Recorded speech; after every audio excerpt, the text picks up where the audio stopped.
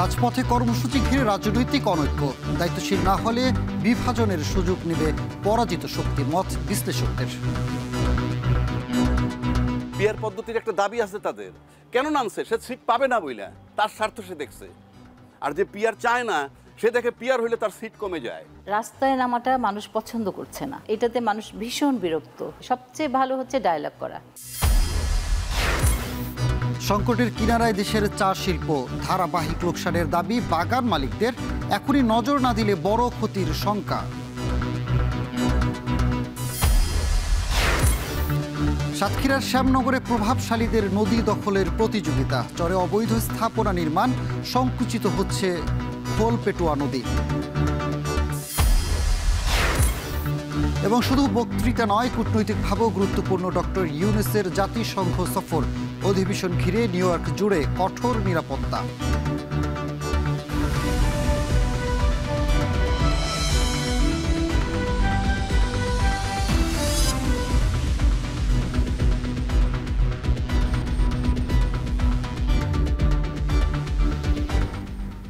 স্বাগত। এখন বাজারে পুরো আয়োজন আপনাদের সঙ্গে আছে আমি সানি মৃধা।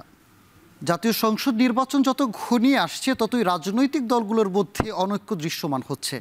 এক্ষেত্রে আলোচনার মাধ্যমে ঐক্যে পৌঁছানোর তাগিদ বিশ্লেষকদের। একই সাথে বলছেন, অভ্যুত্থানের চেতনার স্বার্থে আগামী সংসদে সকল রাজনৈতিক দলগুলোর অংশগ্রহণ জরুরি। তখন জুলাই সনদ বাস্তবায়নে কারো একক আধিপত্য থাকবে না। বিস্তারিত হাসিব বিল্লার প্রতিবেদনে।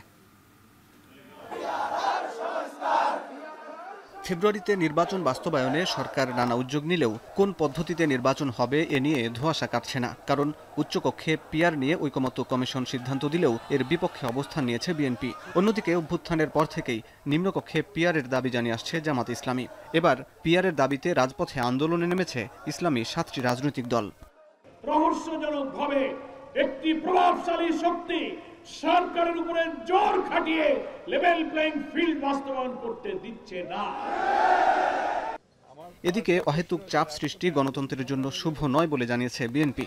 আমরা এখন পর্যন্ত সবচেয়ে বড় রাজনৈতিক দল, এ কোনো সন্দেহ নেই। আমরা কিন্তু এখন পর্যন্ত কোনো ইস্যুতে, এই আফটার দিস চেঞ্জ, এই পরিবর্তনের পরে কিন্তু আমরা কোনো ইস্যুতেই রাজপথে আছি। আমরা আলোচনার মাধ্যমেই সমস্ত কিছু সমাধান করতে চাই। দলগুলোর রাজপথের কর্মসূচি নিয়ে ভিন্ন ভিন্ন মত রাজনৈতিক বিশ্লেষকদের। কেউ বলছেন রাজপথের আন্দোলন সমাধান নয়, অন্যদিকে টেবিলের আলোচনায় সমাধান হয়নি বলেই রাজপথ বেছে নিতে হয়েছে বলে মত দেন কেউ কেউ। রাস্তায় নামাটা মানুষ পছন্দ করছে না। কোনো একটা দল রাস্তায় দাঁড়ায়, তখনই একটা জ্যাম হয়ে যায় এবং এটাতে মানুষ ভীষণ বিরক্ত। এগুলো মানুষের ভোটিং বিহেভিয়ারকে আমার মনে হয় যে রিফ্লেক্ট করবে। তো রাস্তাটা বন্ধ করতে হবে। সবচেয়ে ভালো হচ্ছে ডায়ালগ করা। রাজপথে নাম তো সেই জন্য, আপনি তো ঐক্যমত আসতে পারলেন না টেবিলে। পিয়ার পদ্ধতির একটা দাবি আছে তাদের, কেন নামছে? সে সিট পাবে না বইলা, তার স্বার্থ সে দেখছে। আর যে পিয়ার চায় না, সে দেখে পিয়ার হইলে তার সিট কমে যায়, একচ্ছত্র আধিপত্য কমে যায়। গণতন্ত্রে বিশ্বাসী হইলে, রাষ্ট্রকে ভালোবাসতে হইলে, জনগণকে ভালোবাসতে হইলে রাষ্ট্রের উপকারের জন্য শক্ত বিরোধী দল দরকার। এদিকে জুলাই সনদ বাস্তবায়ন নিয়ে বিভক্ত রাজনৈতিক দলগুলো। বিএনপির অবস্থান, সংসদ ছাড়া সংবিধান সংশোধন সম্ভব নয়। তখন প্রশ্ন উঠছে, বিদ্যমান নির্বাচনী পদ্ধতিতে অভ্যুত্থানে অংশ নেয়া অনেক রাজনৈতিক দল পরবর্তী সংসদে আসন পাবে কিনা। আর অন্য যারা আছে তারা যদি সংসদে না যায়, তাদের কথার সুযোগ নাই। সেজন্য যদি আপনি ভাবেন, আপনি অন্য চিন্তা করতে হবে যে কীভাবে আনতে হয়। কিন্তু ঠিক এই মুহূর্তে বাংলাদেশের ইফেক্টিভ হইল পিয়ার পদ্ধতি। পিয়ার পদ্ধতি হলে কী হবে? একটা সরকার হবে দুর্বল সরকার। সবাই বলে, আমিও বলি দুর্বল সরকার হবে। কিন্তু আপনি দেশ ঠিক করতে চান, তাহলে এই যে পার্লামেন্টে যাওয়ার পর এই তার উপর থেকে আস্থা তুলে নিয়ে আসবে যদি উনি জুলাই সনদ বাস্তবায়ন না করেন। আমাদের যেরকমভাবে একটা প্রচলিত হয়ে গেছে একটা সিস্টেম, সেই সিস্টেমে থাকাটাই বোধহয় ভালো আমার কাছে মনে হয়। যদি সবগুলা দল একসঙ্গে বসে একটা জাতীয় সরকার গঠন করে, তাহলে তো সেটা হতে পারে।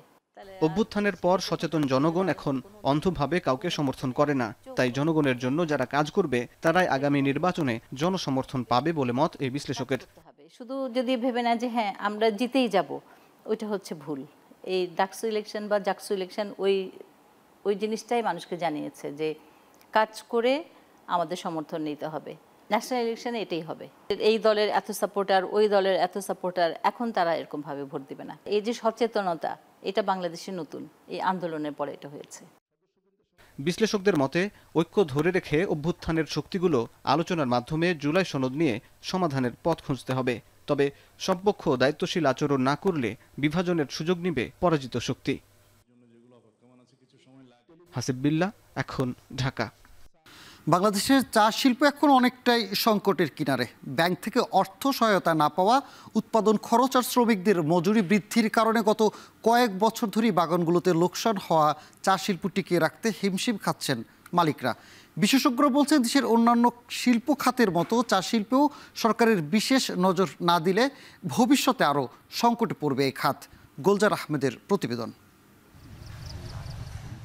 গত কয়েক বছর থেকেই সিলেটের চা বাগানগুলোতে চলছে নানান অস্থিরতা। বিশেষ করে ধারাবাহিকভাবে চায়ের উৎপাদন খরচ বৃদ্ধিতে প্রতিনিয়ত লোকসান গুনতে হচ্ছে বাগান মালিকদের। এছাড়া শ্রমিক অসন্তোষ আর ব্যাংক থেকে আর্থিক সহায়তা না পাওয়া সহ নানান কারণে এখন সিলেটের বেশিরভাগ চা বাগানই বন্ধ হওয়ার উপক্রম। বাগান মালিকরা বলছেন, ধীরে ধীরে বিনিয়োগের অভাব আর বাজার অস্থিরতায় তীব্র সংকটের মুখে তারা। বাগান ব্যবস্থাপনায় লেবার ওয়েজেস দেওয়া সবচেয়ে জটিল হয়ে যাচ্ছে, কারণ আমি চা বিক্রি করে তো লস হচ্ছে, আমার পোষানো যাচ্ছে না। যে জায়গায় চায়ের বর্তমান ম্যানুফ্যাকচারিং কস্ট যেটা আমরা বলি, ওইটা প্রায় 225-30 টাকা, কিন্তু চা এভারেজে বিক্রি হইতেছে 170 থেকে 80 টাকা। বাংলাদেশীয় চা সংসদের চেয়ারম্যান বলছেন, এই শিল্প না থাকলে শুধু বাগান মালিকরাই ক্ষতিগ্রস্ত হবেন না, বরং বিশাল জনগোষ্ঠী বেকার হওয়ার পাশাপাশি রাষ্ট্রের আর্থিক খাতেও নেতিবাচক প্রভাব পড়বে। চা শিল্পের একটা ক্রান্তি লগ্ন, কিন্তু এটা আমরা কিভাবে এর থেকে আমরা উত্তরণ পাব? উত্তরণ পেতে হবে। যদি উত্তরণ না পাই তাহলে তো এই শিল্প আর থাকবে না। এই শিল্প যখন থাকবে না, বহু মানুষ আনএমপ্লয়েড হয়ে যাবে। দেশের চায়ের প্রকৃত অবস্থা শোচনীয় হওয়ায় সংশ্লিষ্টরা বলছেন, ভঙ্গুর বাজার ব্যবস্থার কারণেই এ শিল্প এখন হুমকির মুখে। তাই চায়ের দাম বৃদ্ধি সহ পণ্যটিকে রপ্তানিমুখী করার পরামর্শ দেন তারা। ইন্টারনাল কনজিউম বেড়েছে ঠিক আছে, কিন্তু এক্সপোর্ট যদি আপনি না যান তাহলে চায়ের কিন্তু প্রাইস বাড়বে না। আর ইতিমধ্যে আপনি জানতে পারছেন যে সিওপি বেড়ে গেছে। সুতরাং সিওপি বেড়ে গেলে যদি আপনাকে সেটা মিনিমাইজ করতে হয়, তাহলে আপনাকে প্রাইস ভালো পেতে হবে। যে আমাদের যে চা বাগানগুলো আছে তাদের সমস্যাটা কোথায়? বাগান মালিকরা কেন নতুন নতুন টেকনোলজি নিচ্ছে না?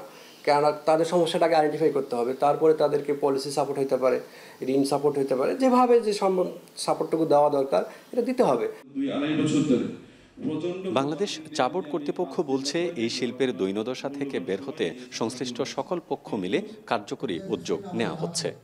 ঘুরে দাঁড়ানোর জন্য আমার মনে হয় যে গার্ডেন ওনার যারা আছে বা যারা বিজনেসের সাথে আছে তাদেরকে আরেকটু সহনীয় হওয়া দরকার। তার পাশাপাশি যদি সরকারের পক্ষ থেকে ব্যাংক ইন্টারেস্টটা যদি একটু সহনীয় পর্যায়ে নিয়ে আসা যায় তাহলে একটু উপকৃত হবে। চা শুধু অর্থনীতির একটি খাত নয়, বরং কয়েক লাখ মানুষের জীবিকার সাথে ওতপ্রোতভাবে জড়িত। গুলজার আহমেদ, এখন, সিলেট। সাতক্ষীরার শ্যামনগরে নদীর চর ভরাট করে চলছে অবৈধ স্থাপনা নির্মাণ। প্রশাসনের নিষেধাজ্ঞা উপেক্ষা করে প্রভাবশালীরা মেতে উঠেছেন নদী দখলের প্রতিযোগিতায়। নির্মাণ করা হচ্ছে পাকা ভবন, এতে ক্রমেই সংকুচিত হচ্ছে খোলপেটুয়া নদী। আহসান রাজীবের প্রতিবেদনে বিস্তারিত। সাতক্ষীরার শ্যামনগরের বাণিজ্যিক কেন্দ্র নওয়াবেকি, যা উপকূলীয় এলাকার অন্যতম হাটবাজার। খোলপেটুয়া নদীর তীরে গড়ে ওঠা এ বাজার দীর্ঘদিন ধরেই স্থানীয় অর্থনীতির প্রাণকেন্দ্র। নওয়াবেকি বাজার কেন্দ্র করে দিনে দিনে বাড়ছে দোকানপাটের সংখ্যা। তবে বাজারে জমি সংকট থাকায় পাশের খোলপেটুয়া নদীর চর দখল করে গড়ে তোলা হয়েছে দোকান। কেউ আবার গড়ে তুলেছেন সমিল, ইট বালুর ব্যবসা প্রতিষ্ঠান। নানা অজুহাতে প্রতিনিয়ত যুক্ত হচ্ছে নতুন নতুন স্থাপনা। স্থানীয়দের অভিযোগ, প্রশাসনের কর্মকর্তারা এলে কয়েকদিনের জন্য কাজ বন্ধ থাকে, পরে আবার শুরু হয় নির্মাণ। প্রভাব দেখে তারা এই স্থানে দীর্ঘদিন কেউ 5 বিঘা 10 বিঘা জায়গা দখল করে এই নদীর চরে তারা তাদের ব্যবসা পরিচালনা করতেছে। বিভিন্ন ধরনের দোকান ঘর তৈরি হয়েছে, যেটা আসলে চরের উপরে হওয়ার কথা না। চরজনের বাজারে চরজন দখল নাই, এটা প্রশাসনের কাছে আমাদের দাবি। চেয়ারম্যানের অভিযোগ, বারবার নিষেধ করার পরও থামছে না স্থাপনা নির্মাণ। এমনকি প্রশাসনের নিষেধাজ্ঞার সাইনবোর্ড পর্যন্ত সরিয়ে ফেলেছেন প্রভাবশালী দখলদাররা। প্রশাসনের কাছে একটা সাইনবোর্ড অনুমতি সবাইকে নিয়েছি, যে আমরা অবৈধ স্থাপনা বা অবৈধ কোনো কিছু করলে আমরা সাইনবোর্ড দেবো। সেই সাইনবোর্ডটা আমরা ওখানে লাগিয়ে রাখছি। সেই সাইনবোর্ডটা আপাতত এখন নাই, যারা কাজ করছে হয়তো তারা উঠেই ফেলছে। অবৈধ দখল ঠেকাতে স্থানীয় প্রশাসনের দাবি প্রাথমিকভাবে নদী দখল বন্ধ করা হয়েছে। ইতোমধ্যে যেসব স্থাপনা নির্মাণ হয়েছে সেগুলোর বিরুদ্ধে আইনগত ব্যবস্থা গ্রহণের প্রক্রিয়া চলছে। দখলবাজ তাদের প্রতি মেসেজ যে আপনারা যাই করুন না কেন, কোনো না কোনো একদিন হয়তো সরকার তাদের সুবিধাজনক সময়ে, এবং শুধু সুবিধাজনক সময়ে না, যখন প্রয়োজন মনে করবে তখন হচ্ছে উচ্ছেদের জন্য যে অভিযানগুলো আমরা পরিচালিত করে থাকি, অভিযানেরই অংশ হিসেবে আমরা দখল উচ্ছেদ করব। খোলপেটুয়া নদী শুধু সাতক্ষীরার প্রাণ নয়, উপকূলীয় বাসিন্দাদের জীবন ও জীবিকার অন্যতম ভরসা। অথচ অবৈধ দখল আর স্থাপনা নির্মাণে ধীরে ধীরে সংকুচিত হচ্ছে নদীর প্রবাহ পথ। স্থানীয়রা বলছেন, প্রশাসনের অস্থায়ী অভিযান কিংবা সতর্কবার্তা নয়, নদীর অস্তিত্ব টিকিয়ে রাখতে প্রয়োজন দীর্ঘমেয়াদী ও কার্যকর উচ্ছেদ অভিযান। আহসান রাজীব, এখন সাতক্ষীরা। চোরাচালান, মাদক পাচার ও রোহিঙ্গা অনুপ্রবেশ ঠেকাতে টেকনাফ সীমান্তে সক্ষমতা বাড়িয়েছে BGB. Radar, drone, night vision, thermal camera, দ্রুতগামী জলযান সহ আধুনিক প্রযুক্তি ব্যবহার করে সীমান্তে নজরদারি করছে তারা। একই সাথে নাফ নদীতে মাছ ধরতে যাওয়া জেলেদের বাংলাদেশি জলসীমা অতিক্রম না করতে জনসচেতনতা তৈরিতেও কাজ করছে বিজিবি। মন্তস বিতজ্ঞর প্রতিবেদীর বিস্তারিত। কক্সবাজারের টেকনাফ সীমান্তের নাফ নদী ও সমুদ্রে ভাসমান নৌকাগুলোকে এভাবেই রাডারের সহায়তায় নজরদারি করছে বিজিবি। এই প্রযুক্তির মাধ্যমে প্রায় 96 নটিক্যাল মাইল এলাকা জুড়ে সম্ভব হচ্ছে রক্ষণাবেক্ষণ। মিয়ানমারের দিক থেকে শূন্য রেখা অতিক্রম করে কোনো নৌকা বাংলাদেশের জলসীমায় প্রবেশ করলেই রাডার পর্যবেক্ষক বার্তা পাঠান টহল দলের কাছে। সেই বার্তা পেয়ে কয়েক মিনিটের মধ্যেই দ্রুতগামী জলযানে সেখানে পৌঁছে যায় বিজিবির টহল দল। এছাড়া ড্রোন ব্যবহার করে আকাশপথে এবং রাতে নাইট ভিশন, থার্মাল ক্যামেরায় পুরো নাফ নদী জুড়ে পর্যবেক্ষণ চালায় বিজিবি। দুর্যোগপূর্ণ আবহাওয়ার মধ্যেও কাজ করে এসব প্রযুক্তি। এতে ধরা পড়ছে সীমান্ত পেরিয়ে আসা মাদকের চালান ও মানব পাচারকারীরা। কমে এসেছে রোহিঙ্গা অনুপ্রবেশও। মাদকের ক্ষেত্রে যখন কোনো নৌকা, নদীপথে নৌকা অথবা ককশিপ, ভাসমান, সাঁতার পানি যেই আসুক না কেন, এই রাডার আমাদের শো করে। আমরা এটা দিয়ে পরিষ্কার দেখতে পাই মিয়ানমার থেকে কোনো নৌকা বর্ডার ক্রস করে বাংলাদেশে আসলে অথবা কোনো লোক সাঁতরে বাংলাদেশে আসলে সেটাও আমরা ফাইন্ড আউট করতে পারি এবং সেই স্মাগলারদেরকে এবং মাদকদ্রব্য আটক করতে পারি। বিজিবি কর্মকর্তারা বলছেন, প্রযুক্তির সহায়তায় সমুদ্রপথে বাংলাদেশ ও মিয়ানমারের জলসীমা রক্ষণাবেক্ষণের সময় অনেক নৌকার সন্দেহজনক চলাচল নজরে আসছে, যার ডিজিটাল ফুটপ্রিন্ট বিজিবির হাতে রয়েছে।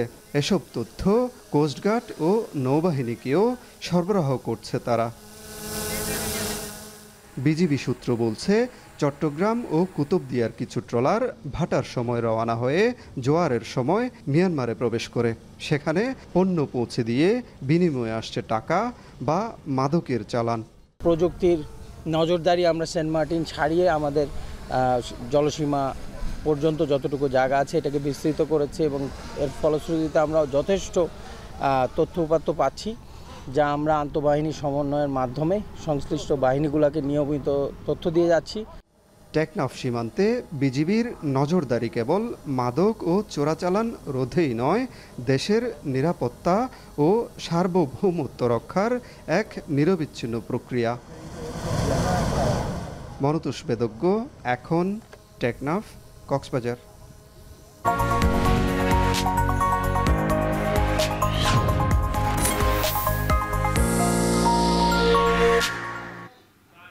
গণতন্ত্র পুনরুদ্ধারের পথে সংকটময় সময় পার করছে বাংলাদেশ।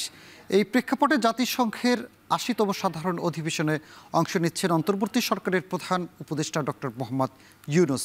আগামী ২২ সেপ্টেম্বর নিউ ইয়র্কের উদ্দেশ্যে যাত্রা করবেন তিনি। সাধারণ বিতর্কে বক্তব্য রাখার পাশাপাশি বৈশ্বিক নেতৃবৃন্দদের সঙ্গে সাক্ষাৎ করে তুলে ধরবেন তার সরকারের অগ্রগতি এবং নির্বাচনের প্রস্তুতির চিত্র। যুক্তরাষ্ট্র থেকে আরও জানাচ্ছেন আব্দুল আহাদ। জাতিসংঘ সদর দপ্তর নিউ ইয়র্ক। বিশ্ব নেতাদের মিলন মেলায় এবারও অংশ নিচ্ছেন ডক্টর মোহাম্মদ ইউনূস। বাংলাদেশের অন্তর্বর্তী সরকারের প্রধান উপদেষ্টা হিসেবে এটি তার দ্বিতীয়বারের অংশগ্রহণ। তবে এবারের সফর কেবল বক্তৃতার মধ্যে সীমাবদ্ধ থাকছে না, রয়েছে কৌশলগত কূটনৈতিক পরিকল্পনাও। সামাজিক সুফল, অর্থনৈতিক মুনাফা এবং বিশ্ব নেতাদের সঙ্গে দেখা সাক্ষাতে তুলে ধরবেন অন্তর্বর্তী সরকারের গঠনের প্রেক্ষাপট এবং একটি গ্রহণযোগ্য নির্বাচন আয়োজনের পথে সরকার কী ধরনের প্রস্তুতি নিচ্ছে। মূল উদ্দেশ্য থাকে জেনারেল অ্যাসেম্বলিতে বক্তব্য, সেখানে বাংলাদেশ সহ সারা পৃথিবীর প্রতি বাংলাদেশ ডক্টর মোহাম্মদ ইউনূস একটা ভাষণ দেবেন, কথা বলবেন, তার মধ্যে গ্লোবাল বহু কিছু থাকবে। এবার বিশেষ দৃষ্টি থাকবে যুক্তরাষ্ট্রের দিকে।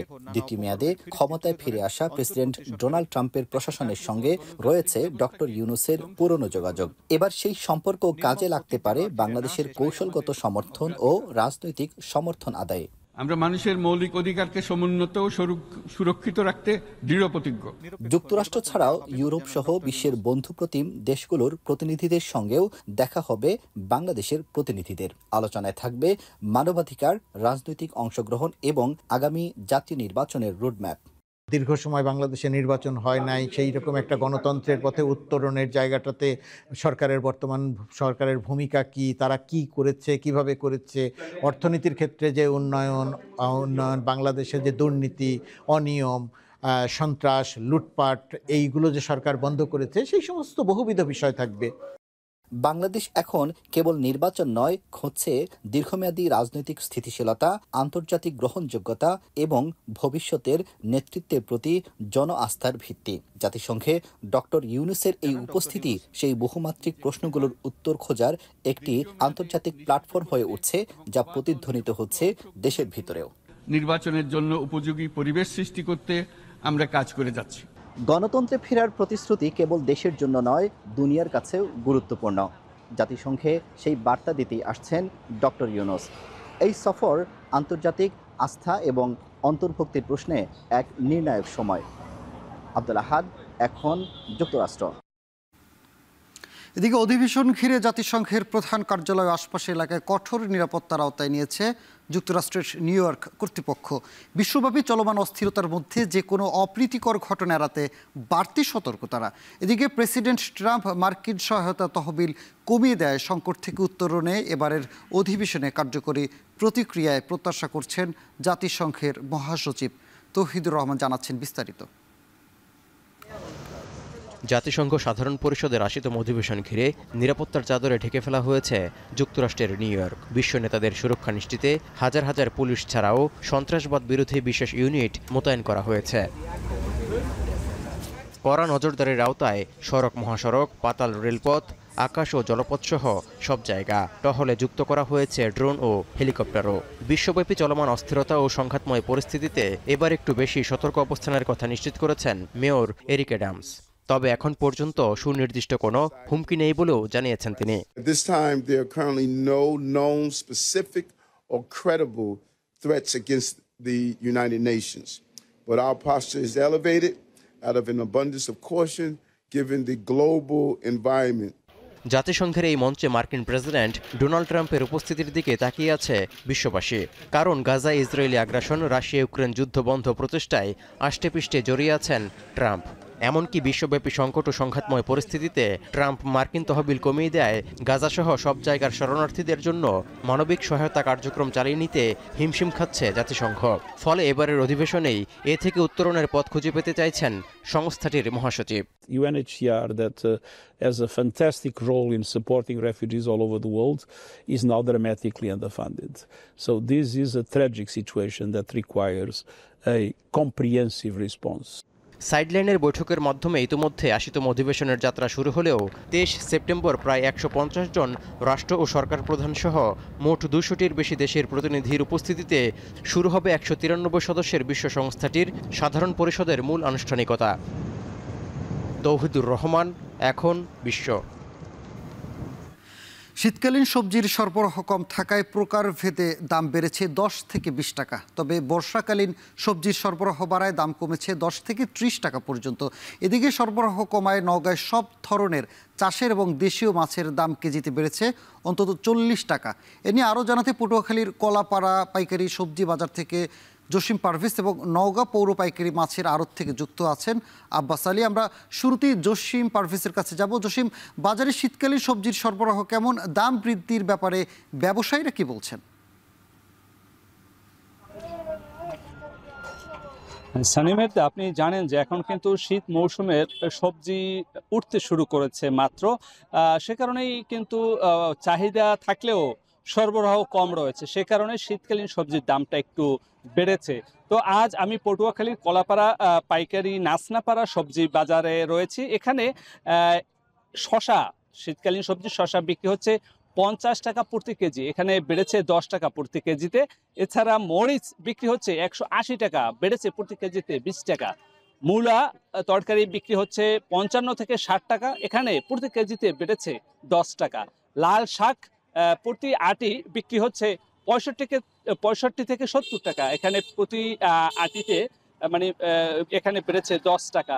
এছাড়া যে অন্যান্য যে সবজি, পটল বিক্রি হচ্ছে 40 থেকে 50 টাকা প্রতি কেজিতে, বেড়েছে 10 টাকা। চিচিঙ্গা বিক্রি হচ্ছে 30 টাকা প্রতি কেজিতে, কমেছে 10 টাকা। এছাড়া করলা প্রতি কেজি বিক্রি হচ্ছে 50 থেকে 55 টাকা, এখানে কমেছে কেজিতে 10 টাকা। পেঁপে বিক্রি হচ্ছে 25 থেকে 30 টাকা, কমেছে প্রতি কেজিতে 10 টাকা। বেগুন বিক্রি হচ্ছে 100 টাকা কেজি, এখানে প্রতি কেজিতে দাম কমেছে 20 টাকা। এছাড়া গাজর বিক্রি হচ্ছে 110 থেকে 120 টাকা, প্রতি কেজিতে কমেছে 20 টাকা মাত্র। এছাড়া যে মিষ্টি কুমড়া বিক্রি হচ্ছে 40 থেকে 50 টাকা, এখানে কমেছে 10 টাকা। টমেটো বিক্রি হচ্ছে 100 থেকে 110 টাকা, এখানে প্রতি কেজিতে কমেছে 30 টাকা। এছাড়া যে লাউ, প্রতি গোটা লাউ বিক্রি হচ্ছে 30 থেকে 50 টাকা পর্যন্ত, এখানে কমেছে আকার ভেদে 20 টাকা, 10 থেকে 20 টাকা। তো এখন যে এই পাইকারি যে সবজি বাজার, নাসনাপাড়া পাইকারি সবজি বাজার, এখানে উপকূলীয় অঞ্চলের বিভিন্ন হাট বাজার থেকে এখানে পাইকাররা আসেন এবং সকাল সকালে এখান থেকে কিন্তু তারা সবজি ক্রয় করে বিভিন্ন হাট বাজারে আরো 10 থেকে 50 টাকা বেশি দরে বেচা বিক্রি করছে বলে আমাদেরকে ব্যবসায়ীরা জানিয়েছে। এই ছিল আমার কাছে সবশেষ। পটুয়াখালী থেকে সবজির দরদাম জানাচ্ছিলেন সহকর্মী জসিম পারভেজ। এবার নওগাঁয় মাছের দাম জানতে যাব সহকর্মী আব্বাস আলীর কাছে। আব্বাস, বাজারে সব ধরনের মাছের দাম বৃদ্ধির কারণ কি, বিক্রেতারা কি বলছেন জানাবেন।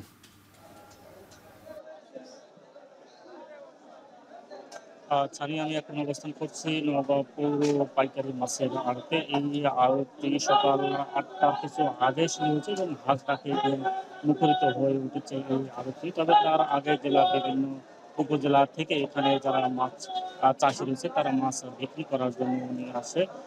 তবে গত এক সপ্তাহের ব্যবধানে বলা যায় যে মাছের সরবরাহ কিছুটা কম থাকার কারণে প্রতি কেজিতে অন্তত 40 টাকা পর্যন্ত বেড়েছে। মাছের দামের কথা যদি বলি, যে এখানে জীবিত যেসব মাছ রয়েছে 1 থেকে 3 কেজি ওজনের রুই বিক্রি হচ্ছে 280 থেকে 350 টাকা কেজি। 1 থেকে 3 কেজি ওজনের কাতলা বিক্রি হচ্ছে 200 থেকে 450 টাকা কেজি। সিলভার বিক্রি হচ্ছে 2 কেজি ওজনের 180 থেকে 220 টাকা। ব্রিগেডও একই দামে বিক্রি হচ্ছে। এছাড়া সিলভার মিরকা মাছ বিক্রি হচ্ছে 200 টাকা কেজি। জাপানি বিক্রি হচ্ছে 200 থেকে 250 টাকা কেজি। তেলাপিয়া মাছ বিক্রি হচ্ছে 180 থেকে 200 টাকা কেজি এবং পাঙ্গাস বিক্রি হচ্ছে প্রকার ভেদে, অর্থাৎ কেজিতে 1 থেকে 1.5 কেজি বা 2 কেজি ওজনের পাঙ্গাস বিক্রি হচ্ছে 130 থেকে 150 টাকা কেজি। এছাড়া দেশীয় যেসব মাছ রয়েছে সেই মাছগুলো বিক্রি হচ্ছে 300 থেকে 350 টাকা কেজি। ট্যাংরা বিক্রি হচ্ছে 350 থেকে 450 টাকা কেজি এবং লুচি বিক্রি হচ্ছে 600 থেকে 800 টাকা কেজি। এখানকার যারা ব্যবসায়ী রয়েছেন বা যারা মাছ চাষি রয়েছেন তারা বলছেন যে যেহেতু এখন পুকুর, নদী নালা, খালবিল সব বিভিন্ন যেসব জলাশয় রয়েছে সেগুলোতে পর্যাপ্ত পরিমাণ পানি থাকার কারণে তারা আসলে মাছ শিকার করতে পারছে না। আর এটি করে হাট বাজার বা পাইকারি যেসব মাছের আড়ত রয়েছে সেগুলো মাছের সরবরাহ কিছুটা কম রয়েছে, যার কারণে বলা যায় যে মাছের দাম কিছুটা বেশি রয়েছে। তবে দাম বেশি পাওয়ার কারণে যারা মাছ চাষি রয়েছেন তারা অনেকটাই খুশি বলে জানিয়েছেন। আর দেশে যেসব মাছ রয়েছে সেগুলো আসলে যারা যারা জেলে বা মৎস্যজীবী রয়েছেন তারাও কম পরিমাণ মাছ শিকার করতে পারছেন। এতে করে সেই সব মাছের দামও বেশ চড়াই বলা যায়। আর বিক্রেতারা আসলে মাছের দাম বৃদ্ধির কারণে অনেকটাই অসন্তোষ বলা যায়। তবে যারা এখানকার আড়তদার রয়েছে তারা বলছেন যে আগামী প্রায় 1 মাস পরে আবার মাছের দাম স্বাভাবিক হওয়ার সম্ভাবনা রয়েছে বলে জানিয়েছেন। আর এখানে যে পরিমাণ মাছের সরবরাহ রয়েছে টাকার অঙ্কে যদি বলা যায় যে প্রায় এখানে কমপক্ষে 14 মিনি ট্রাক মাছ এসেছে, টাকার অঙ্কে বলা যায় যে প্রায় 10 থেকে 12 লাখ টাকার মাছ এখানে সরবরাহ হয়েছে। যেহেতু মাছের পরিমাণ কম রয়েছে, দাম বেশি থাকার কারণে টাকার অঙ্কে কিছুটা বেশি বলে এখানকার ব্যবসায়ীরা জানিয়েছেন। আর যেহেতু এখানে পাইকারি মাছের আড়ত, পাশে রয়েছে খুচরা বাজার, এই আড়ত থেকে মাছ কিনে খুচরা বাজারে যারা ছোট ছোট ব্যবসায়ী রয়েছেন তারা বিক্রি করে থাকেন প্রতি কেজিতে কমপক্ষে 20 থেকে 30 টাকা লাভে তারা বিক্রি করে থাকেন। তো এই ছিল আমার কাছে মাছের দরদাম নিয়ে সব শেষ। পটুয়াখালী থেকে সবজি, নওগাঁ থেকে মাছ বাজারের দরদাম জানাচ্ছিলেন সহকর্মীরা। জামালপুরে অসময়ে অতিরিক্ত বৃষ্টি ও তাপমাত্রা বাড়ায় চলতি মৌসুমে নষ্ট হয়েছে আগাম জাতের শীতকালীন সবজির বীজ ও চারা। এতে ক্ষতির মুখে জেলার প্রান্তিক কৃষকরা। এরই মধ্যে জলবায়ু সহনশীল পলিনেট পদ্ধতিতে চারা রোপণে সফলতা পেয়েছেন অনেকে। ক্ষতি পুষিয়ে নিতে এই পদ্ধতি ব্যবহারের পরামর্শ তাদের। বিস্তারিত সহকর্মী জুয়েল রানার প্রতিবেদনে। জামালপুরের মেলান্দহ উপজেলার মাহমুদপুর ইউনিয়নের নলসিয়া গ্রামের তরুণ কৃষি উদ্যোক্তা রোমান মিয়া 2012 সালে প্রতিকূল আবহাওয়া সহনশীল পলিনেট পদ্ধতিতে ভার্মিকম্পোস্ট কোকোপিট ব্যবহার করে চারা উৎপাদন শুরু করেন। চলতি বছরে রোমান মরিচ, টমেটো, বেগুন, রঙিন ফুলকপি, G9 কলা সহ 15 প্রজাতির আগাম শীতকালীন সবজি চারা উৎপাদন করছেন তার নার্সারিতে। কালকে কেডে বানাইলাম। নার্সারিতে শুরু থেকে ছেলেকে কাজে সহযোগিতা করেন বাবা মা। এই নার্সারিতে উৎপাদিত চারা স্থানীয় চাহিদা মিটিয়ে চলে যায় বগুড়া, কুষ্টিয়া, ভৈরব, সিলেট ও সুনামগঞ্জে। বিভিন্ন ধরনের সবজি চারা বিক্রি করে সব খরচ বাদ দিয়ে রোমান বছরে 20 থেকে 25 লক্ষ টাকা আয় করছেন। সুস্থ সবল চারাগুলি কিভাবে পৌঁছে দেওয়া যায় সেটার সেই লক্ষ্য নিয়েই আমরা আসলে সেই 2012 সাল থেকে আমরা অলরেডি এই পলিনেট হাউস পদ্ধতিতে আমরা কিন্তু এই চারাগুলি উৎপাদন করতেছি। আগে যে কৃষকেরা সনাতন পদ্ধতিতে চারা উৎপাদন করত, সেই চারাগুলি কিন্তু মাঠে যাওয়ার পর দেখা যাচ্ছে যে সেগুলো উল্টিং হচ্ছে, মানে মারা যাচ্ছে, পচন ধরতেছে। মরিচ হয় 2.5 টাকা করে, কলা চারা 30 টাকা করে, পেঁপের চারাও 30 টাকা করে। যমুনা নদীর তীরবর্তী চরাঞ্চলে প্রতিনিয়ত আবহাওয়ার প্রতিকূল পরিবেশের সাথে সংগ্রাম করে চাষাবাদ করেন কৃষকরা। বৈরী পরিবেশে বেশ কয়েক বছর ধরে আগাম শীতকালীন সবজি উৎপাদন করতে গিয়ে আর্থিক লোকসানের মুখে পড়েছেন তারা। এই অবস্থা থেকে উত্তরণে কৃষি বিভাগের সহযোগিতায় বর্তমানে পলিনেট পদ্ধতিতে ভার্মিকম্পোস্ট কোকোপিট ব্যবহার করে চারা রোপণ করছেন কৃষকরা। কৃষকদের সহায়তায় মাঠ পর্যায়ে কাজ করছে কৃষি বিভাগ। কোকোপিটের যে টবের চারা, এটা চারাটা হয় আসলে পলিনেট হাউসে হয়। এটা অনেকদিন যে টাইমটা চারা মারা যাওয়ার কথা সেই টাইমটাতে সে পলিনেট হাউসে থাকে, সেখানে পচেও না আবার গরমেও মারা যায় না। সবাই যেন কোকোপিটের চারা ব্যবহার করেন, তাতে দেখা যাবে যে আমাদের গাছের চারার যে গুড়া পচন রোগ এগুলো হবে না, ঢলে পড়া রোগ হবে না, এবং অন্যান্য যে ব্যাকটেরিয়াজনিত রোগ আছে এগুলো হবে না। দেখা যাবে যে ফলন অনেক মাত্রায় বেশি হবে। এখানে ট্রেতে চারা করা হয় কোকো ডাস্ট এবং টাইকো কম্পোস্ট এবং ভার্মি কম্পোস্ট মিশিয়ে, এবং এই চারাগুলো অত্যন্ত সতেজ, সবল এবং শক্তিশালী হয়, এবং এইগুলা পরিবর্তিত আবহাওয়ায় টিকে থাকতে পারে। চলতি বছরে জামালপুরের মেলান্দহ উপজেলায় 1310 হেক্টর জমিতে আগাম শীতকালীন সবজি রোপণ করা হয়েছে। জুয়েল রানা, এখন জামালপুর। ফরিদপুরের বিভিন্ন হাট বাজারে উঠতে শুরু করেছে পাট। সংসারের দৈনন্দিন খরচ মেটাতে উৎপাদিত পণ্য নিয়ে আসছেন চাষিরা। বিভিন্ন বাজারে 3800 থেকে 4200 টাকা দরে বিক্রি হচ্ছে সোনালী আঁশ। মফিজুর রহমান শিপনের তথ্য ও ছবিতে বিস্তারিত। ফরিদপুরের সালথা, নগরকান্দা, বোয়ালমারী সহ বিভিন্ন উপজেলার প্রতিটি হাটেই উঠতে শুরু করেছে পাট। তবে ভরা মৌসুমে ভালো লাভ না পেয়ে মলিন চাষিদের মুখ। তারা বলছেন, শুরুতেই চড়া দামে ডিজেল চালিত শ্যালো মেশিন দিয়ে পাট খেতে পরিচর্যা করা হয়েছে। শ্রমিকের বেতনও ছিল বেশি, এতে বেড়েছে উৎপাদন খরচ। জেলার সালথা ও নগরকান্দায় সপ্তাহে 2 দিন বসে বাজার। এখানে প্রান্তিক চাষিরা তাদের উৎপাদিত পাট নিয়ে আসে বিক্রির জন্য। এখানে সরকারি বেসরকারি বিভিন্ন পাটকল কর্তৃপক্ষের ক্রয়ের সেন্টার রয়েছে। এখান থেকে উৎপাদিত পাট যাচ্ছে দেশের বিভিন্ন জুট মিলে। বাজারে উৎপাদন মৌসুমে হাট প্রতি 20 থেকে 25,000 মন পাট কেনাবেচা হয়। বর্তমানে পাটের এই বাজারগুলোতে দর রয়েছে প্রকারভেদে 3800 থেকে 4200 টাকা। ঢাকা, বরিশাল, খুলনা সব জায়গায় যায়। সালথা এলাকার পাট, ডিস্ট্রিক্ট পাট তো সবচেয়ে ভালো পাট। দাম একটু খুশি, কিন্তু আড়াট হইলে ভালো হয়। অন্যদিকে পাটের বর্তমান বাজার দর আগের চেয়ে অনেকটাই বাড়তি বলে মনে করছেন সংশ্লিষ্টরা। গতবার এই মৌসুমে পাটের বাজার ছিল প্রায় 2700 থেকে 3000 টাকা, কিন্তু আজকে আপনারা জানেন যে বাজার প্রায় 4000 টাকা, 4000 থেকে 4200 টাকা। আমার মনে হয় যে উৎপাদন একটু কম হলেও যে পাটের যে বাজার, এই বাজার থেকে যে কৃষকের যে তাদের উৎপাদন কর সেটা অনেকটা উঠে আসবে। জেলা কৃষি সম্প্রসারণ অধিদপ্তরের তথ্য মতে জেলায় 86,000 হেক্টর জমিতে পাটের চাষ হয়েছে। উৎপাদনের লক্ষ্যমাত্রা ধরা হয়েছে 2,50,000 টন। এখন ফরিদপুর। পরমাণু কর্মসূচি ঘিরে ইরানের উপর আরোপ করা আন্তর্জাতিক নিষেধাজ্ঞা স্থায়ীভাবে তুলে নেওয়ার প্রস্তাব জাতিসংঘের নিরাপত্তা পরিষদে প্রত্যাখ্যান করা হয়েছে। নিরাপত্তা পরিষদের শুক্রবারের বৈঠকে সংক্রান্ত ভোটাভুটি হয়। স্থায়ী ও অস্থায়ী মিলে নিরাপত্তা পরিষদের 15 সদস্যদের মধ্যে প্রস্তাবের পক্ষে 4টি দেশ ভোট দিয়েছে, বিপক্ষে ভোট দিয়েছে 9টি দেশ, বাকি 2 দেশ ভোট দেয়া থেকে বিরত ছিল। নিষেধাজ্ঞা তুলে না নেওয়ার পক্ষে ভোট দিয়েছে যুক্তরাষ্ট্র, যুক্তরাজ্য, France, Sierra Leone, Slovenia, Denmark, Greece, Panama ও সোমালিয়া। ইরানের উপর থেকে নিষেধাজ্ঞা তুলে নেওয়া এবং নতুন করে নিষেধাজ্ঞা আরোপ না করার পক্ষে ভোট দিয়েছে রাশিয়া, চীন, পাকিস্তান ও আলজেরিয়া। আর ভোট দেয়া থেকে বিরত ছিল গায়ানা ও দক্ষিণ Korea. Les ministres des Affaires étrangères du E3 septembre au Caire entre l'Iran et l'AIEA s'il définit les আফগানিস্তানের বাগরামে মার্কিন সেনাদের ফেরত আসার সম্ভাবনা উড়িয়ে দিল তালেবান। ডোনাল্ড ট্রাম্পের বক্তব্যের প্রতিক্রিয়ায় ক্ষুব্ধ চীন বলছে আঞ্চলিক উত্তেজনা ছড়ানোর চেষ্টা করছে যুক্তরাষ্ট্র।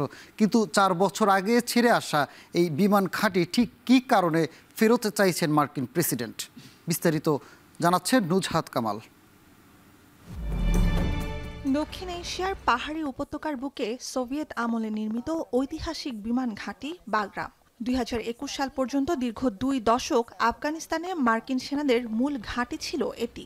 তৎকালীন সরকার পতনের আগে আগে আফগানিস্তান থেকে সেনা প্রত্যাহার চুক্তির অংশ হিসেবে দেশটির সেনাবাহিনীর হাতে বাগরাম ছেড়ে দেয় যুক্তরাষ্ট্র। 4 বছরের মাথায় আবারও বাগরামের নিয়ন্ত্রণ ফেরত চায় যুক্তরাষ্ট্র। যুক্তরাজ্য সফররত মার্কিন প্রেসিডেন্ট ডোনাল্ড ট্রাম্প ব্রিটিশ প্রধানমন্ত্রী কিয়ার স্টারমারের সাথে বৃহস্পতিবারের যৌথ সংবাদ সম্মেলনে এ নিয়ে আভাস দেন। 2 নেতার মধ্যে এ বিষয়ে আলোচনা হয়েছে কি না সেটি ধোঁয়াশায় থাকলেও কেন হঠাৎ বাগরাম ফেরত চাইছেন ছোট্ট করে সে আভাসও দিয়েছেন Trump. We're going to leave Afghanistan, but we're going to leave it with strength and dignity. And we're going to keep Bagram, the big air base, that one of the biggest air bases in the world. We gave it to them for nothing. We're trying to get it back, by the way. Okay, that could be a little breaking news. We're trying to get it back because they need things from us. We want that base back. But one of the reasons we want the base is, as you know, it's an hour away from where China makes its nuclear weapons. যুক্তরাষ্ট্র ও পশ্চিমা আধিপত্যের বিরুদ্ধে অন্যতম প্রধান শক্তি চীন। Bagram থেকে মাত্র 1 ঘন্টার দূরত্বে পারমাণবিক অস্ত্র তৈরি করে চীন, এমন দাবির মাধ্যমে কি বোঝাতে চেয়েছেন মার্কিন প্রেসিডেন্ট তা স্পষ্ট নয়। তবে গেল জুলাই মাসে বিবিসি ভেরিফাইয়ের এক অনুসন্ধানী প্রতিবেদনে চীনের উত্তর পশ্চিমে প্রায় 2000 কিলোমিটার দূরে একটি পারমাণবিক পরীক্ষা কেন্দ্রের অবস্থান উল্লেখ করা হয়েছিল। সমুদ্রপৃষ্ঠ থেকে প্রায় 5000 ফুট উঁচুতে অবস্থিত বাগরামের 2টি রানওয়ের এক একটি প্রায় 12,000 ফুট দীর্ঘ এবং অত্যাধুনিক ও ভারী মার্কিন সামরিক উড়োযান ধারণে সক্ষম, যেগুলো সংস্কার ও নির্মাণে $100 কোটি খরচ করেছে যুক্তরাষ্ট্রই। ট্রাম্পের দাবি, মার্কিন সেনা প্রত্যাহারের পর থেকে বাগরামে চীনের উপস্থিতি জোরদার হয়েছে। 2020 থেকে 2025 সাল পর্যন্ত ধারণকৃত 30টি স্যাটেলাইট ছবি বিশ্লেষণের মাধ্যমে বিবিসির অনুসন্ধান বলছে, তালেবান ক্ষমতায় ফেরার পর থেকে বাগরাম প্রায় স্থবির। ঘাঁটিটিতে চীনের উপস্থিতির কোনো প্রমাণও মেলেনি। 中方尊重阿富汗独立主权和领土完整，阿富汗的前途命运应掌握在阿富汗人民的手中。我要强调，在地区渲染紧张、制造对抗，不得人心。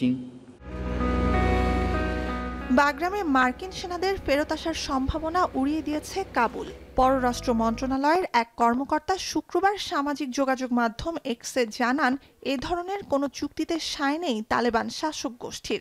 বিবৃতিতে বলা হয়, পারস্পরিক শ্রদ্ধা ও স্বার্থ রক্ষার বিনিময়েই কেবল আর্থ রাজনৈতিক সম্পর্ক হতে পারে দুই দেশের।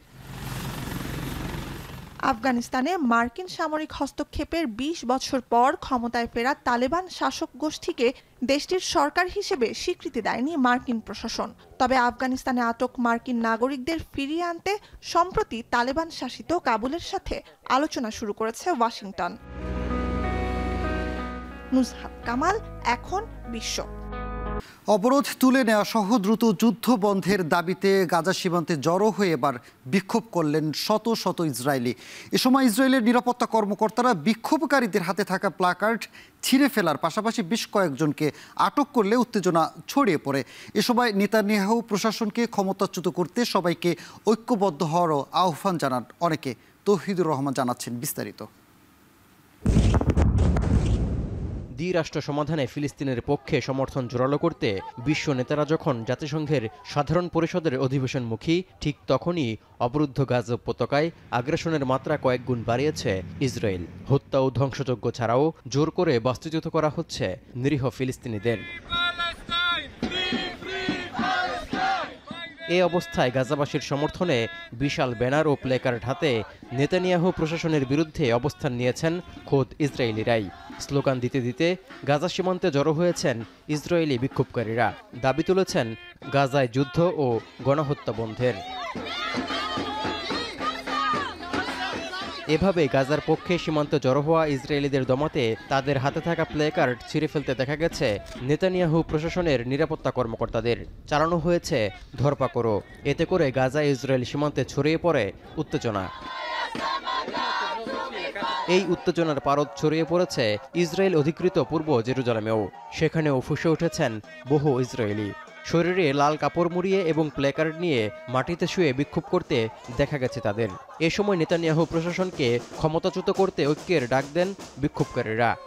So many people that are losing their lives, children and people that are not involved. Our soldiers are going for war that has no reason anymore. We have to stop this war and reach agreements. There is no other way.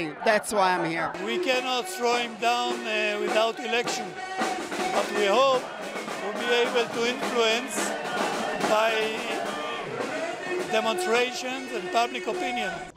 Israel democracy institute IDI নামে একটি স্বতন্ত্র think ট্যাঙ্কের জরিপে দেখা গেছে সময়ের সঙ্গে সঙ্গে গাজার প্রতি সাধারণ ইসরায়েলিদের সহানুভূতির পাল্লা ভারী হচ্ছে। জুলাইয়ের মাঝামাঝিতে চালানো একটি জরিপের তথ্য বলছে ৭৪% ইসরায়েলি চান গাজায় যুদ্ধ বন্ধ হোক এবং হামাসের সাথে একটি চুক্তিতে পৌঁছাক তাদের সরকার। তৌহিদুর রহমান, এখন বিশ্ব। বাংলাদেশ দলের টিম স্পিরিটকে বড় শক্তি হিসেবে দেখছেন বিসিবি সভাপতি আমিনুল ইসলাম বুলবুল। ধারাবাহিকতা ও ইতিবাচক মনোভাব বজায় রাখতে পারলে টাইগাররা সুপার 4-এও ভালো করবে বলেও আশা প্রকাশ করেন তিনি। বিস্তারিত ফারহান হিসানের প্রতিবেদনে। শেষ হয়েছে এশিয়া কাপের গ্রুপ পর্বের লড়াই। চূড়ান্ত সুপার 4-এর line up. Group runners up হয়ে বি গ্রুপ থেকে সুপার 4-এ টিম বাংলাদেশ। বিসিবি সভাপতি আমিনুল ইসলাম বুলবুল জানালেন, বর্তমান দলটির সবচেয়ে বড় শক্তি টিম স্পিরিট। শ্রীলঙ্কার সাথে আমরা ফার্স্ট পাওয়ার প্লে ইউজই করতে পারি, তারপরেও একটা ভালো মোটামুটি একটা ভালো টার্গেটে গিয়েছি। তো টিম স্পিরিট এবং এই টিমটার যে একটা শক্তি, যেটা সব থেকে বড়, যেটা আমার মনে হচ্ছে সেটা প্রত্যেকটা সেক্টরে তারা ভালো ক্রিকেট খেলার চেষ্টা করছে। গ্রুপ পর্বে হংকং ও আফগানদের হারালেও দুর্বল রান রেটের কারণে তাকিয়ে থাকতে হয় শ্রীলঙ্কা আফগানিস্তান ম্যাচের দিকে। তবে বিসিবি সভাপতি মনে করেন সমীকরণে নয়, যোগ্য দল হিসেবেই ধারাবাহিকতার পুরস্কার হিসেবে সুপার 4-এ জায়গা করে নিয়েছে লাল সবুজের প্রতিনিধিরা। আমাদের টিম যে সুপার 4-এ গিয়েছে, আর সুপার 4-এ আমরা হংকংকে হারিয়েছি, আমরা আফগানিস্তানকে হারিয়েছি, শ্রীলঙ্কার সাথে আমরা হাফ এন খারাপ খেলেছি বলে আমরা হেরে গেছি। তো যোগ্যতার দল হিসেবে আমরা সেকেন্ড রাউন্ডে শুধু যাইনি, আমাদের যে এই টিমটা কনসিস্টেন্টলি ভালো খেলছে তারই বহিঃপ্রকাশ এটা। অন্যদিকে সাবেক অধিনায়ক হাবিবুল বাশার সুমনের মতে যে কোনো টুর্নামেন্ট জিততে আক্রমণাত্মক ক্রিকেটের চেয়ে জয় পাওয়াটাই মুখ্য বিষয়। সুপার 4-এ তাই রান রেটের হিসেব নয়, বরং ম্যাচ জেতাই গুরুত্বপূর্ণ বলে মন্তব্য করেন তিনি। We just need to think about winning the game. Run রেটটা পরে কি হবে সেটা পরে দেখা যাবে, সেরকম পরিস্থিতি ডেফিনেটলি বাংলাদেশ সুযোগ দেবে। বাট আমাদের এখন সুপার 4-এ যে রান রেটের মাথায় চিন্তা না করে আমরা কীভাবে ম্যাচগুলো জিতবো সেটা চিন্তা করলে ভালো হবে। শনিবার সুপার 4-এর প্রথম ম্যাচে শ্রীলঙ্কার বিপক্ষে মাঠে নামবে টাইগাররা। এশিয়া কাপে শিরোপার স্বপ্ন দেখা লাল সবুজদের লঙ্কাবধ দিয়েই শুরু হোক শিরোপা মিশন, এমন প্রত্যাশা 18 কোটি ক্রিকেট প্রেমীর। ফারহান ইসান, এখন, ঢাকা। জয় দিয়ে এশিয়া কাপ সুপার 4 শুরুর লক্ষ্য নিয়ে দুবাই ক্রিকেট স্টেডিয়ামে আজ শ্রীলঙ্কার মুখোমুখি হবে বাংলাদেশ ক্রিকেট দল। ম্যাচ শুরু হবে বাংলাদেশ সময় রাত 8:30টায়। ফাইনালের দৌড়ে টিকে থাকতে হলে সুপার 4-এ নিজেদের প্রথম ম্যাচে শ্রীলঙ্কার বিপক্ষে বাংলাদেশের জয় পাওয়াটা খুবই গুরুত্বপূর্ণ। এবার আসলে গ্রুপ পর্বের পয়েন্ট সুপার 4-এ বিবেচ্য হবে, তাই 2 পয়েন্ট কম নিয়ে খেলতে নামবে লিটন দাসের দল। গত 2 মাসে 4 বার শ্রীলঙ্কার মুখোমুখি হয়েছে বাংলাদেশ। টি-20 ক্রিকেটে এখন পর্যন্ত 21 ম্যাচের মোকাবেলায় বাংলাদেশ জিতেছে 8টিতে আর শ্রীলঙ্কা জিতেছে 13টিতে। তবে এশিয়া কাপে টি-20 সংস্করণে 3 বারের মোকাবেলায় 2 বার জয় পেয়েছে লঙ্কানরা ও 1 বার জয় পেয়েছে টাইগাররা।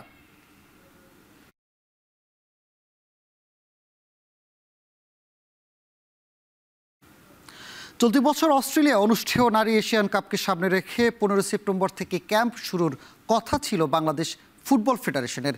তবে নির্দিষ্ট সময় পার হলেও এখনও বিশেষ ক্যাম্প শুরু হয়নি আফাইদা সাগরিকাদের। এর মধ্যে ছুটি কাটিয়ে দেশে এসেছেন কোচ পিটার বাটলার। বিস্তারিত প্রতিবেদনে। এশিয়ান কাপ বাছাই পর্ব নিশ্চিতের পর থেকেই বেশ ব্যস্তই ছিলেন আফিদা খন্দকার সাগরিকারা। দেশের মাটিতে অনুষ্ঠিত অনূর্ধ্ব 20 সাফ শেষ হতে না হতেই জুনিয়র এশিয়ান কাপ বাছাইয়ের জন্য লাওসে উড়াল দেন পিটার বাটলারের শিষ্যরা। পিটারের পরিকল্পনায় অনূর্ধ্ব 20 নারী দলেরও সাফল্য অর্জন। এরপর 11 আগস্ট দেশে ফিরে লম্বা সময়ের জন্য ছুটিতে যান খেলোয়াড় সহ কোচিং স্টাফরা। 1 মাসের বেশি সময়ের বিরতির পর ক্যাম্প 15 সেপ্টেম্বর শুরুর কথা থাকলেও তা করা যায়নি এখনো পর্যন্ত। এখনো মাত্র আসছে, এখনো শুরু হয়নি, শুরু যাই না বা মাত্র আসছে করবে আর কি। কয়েকদিন ধরে সবাই আসতে চাইছে, অনেক দিন ছিলাম না। বিশেষ করে 2026 অস্ট্রেলিয়ায় এশিয়ান কাপ মিশনের জন্য, যেখানে বাংলাদেশের প্রতিপক্ষ আসরের 9 বারের চ্যাম্পিয়ন চীন, 3 বারের জয়ী উত্তর কোরিয়া এবং আসরে 5 বার খেলার অভিজ্ঞতা রয়েছে মধ্য এশিয়ার দেশ উজবেকিস্তানের। সে জায়গায় নিতান্তই শিশু বাংলাদেশের পরিকল্পনাতেই আটকে আছে নারী ফুটবলারদের বিশেষ ক্যাম্প। আপাতত আগামী মাসের শেষের দিকে থাইল্যান্ডের বিপক্ষে 2টি প্রীতি ম্যাচ খেলার বিষয়টি নিশ্চিত করতে পেরেছে বাফুফে। তবে জাপানে ক্যাম্পসহ অস্ট্রেলিয়া দলের সঙ্গে ম্যাচ খেলার বিষয়টি আলোচনার টেবিল পর্যন্তই সীমাবদ্ধ রয়েছে। ইতিহাস গড়ে প্রথমবারের মতো এশিয়ান কাপ খেলার যোগ্যতা অর্জন করে আফিদা রিপারা। তবে বাফুফের এই উদাসীনতায় মূল আসরে নারী খেলোয়াড়দের স্মরণীয় কোনো সাফল্য করতে হোঁচট খাবে কিনা তা তো সময়ই বলে দিবে। শরীফ রওশন, এখন। শেষ করব এখন বাজার, তবে তার আগে শিরোনামগুলো আরও একবার। রাজপথে কর্মসূচি ঘিরে রাজনৈতিক অনৈক্য, দায়িত্বশীল না হলে বিভাজনের সুযোগ নেবে পরাজিত শক্তি, মত বিশ্লেষকদের। পিয়ার পদ্ধতির একটা দাবি আছে তাদের, কেন নামছে? সে সিট পাবে না বইলা, তার স্বার্থ সে দেখছে। আর যে পিয়ার চায় না, সে দেখে পিয়ার হইলে তার সিট কমে যায়। রাস্তায় নামাটা মানুষ পছন্দ করছে না, এটাতে মানুষ ভীষণ বিরক্ত। সবচেয়ে ভালো হচ্ছে ডায়ালগ করা। সংকটের কিনারে দেশের চা শিল্প, ধারাবাহিক লোকসানের দাবি বাগান মালিকদের। এখনই নজর না দিলে বড় ক্ষতির শঙ্কা। সাতক্ষীরার শ্যামনগরে প্রভাবশালীদের নদী দখলের প্রতিযোগিতা, চরে অবৈধ স্থাপনা নির্মাণ, সংকুচিত হচ্ছে খোলপেটুয়া নদী। এবং শুধু বক্তৃতা নয়, কূটনৈতিকভাবেও গুরুত্বপূর্ণ ডক্টর ইউনূসের জাতিসংঘ সফর, অধিবেশন ঘিরে নিউ ইয়র্ক জুড়ে কঠোর নিরাপত্তা।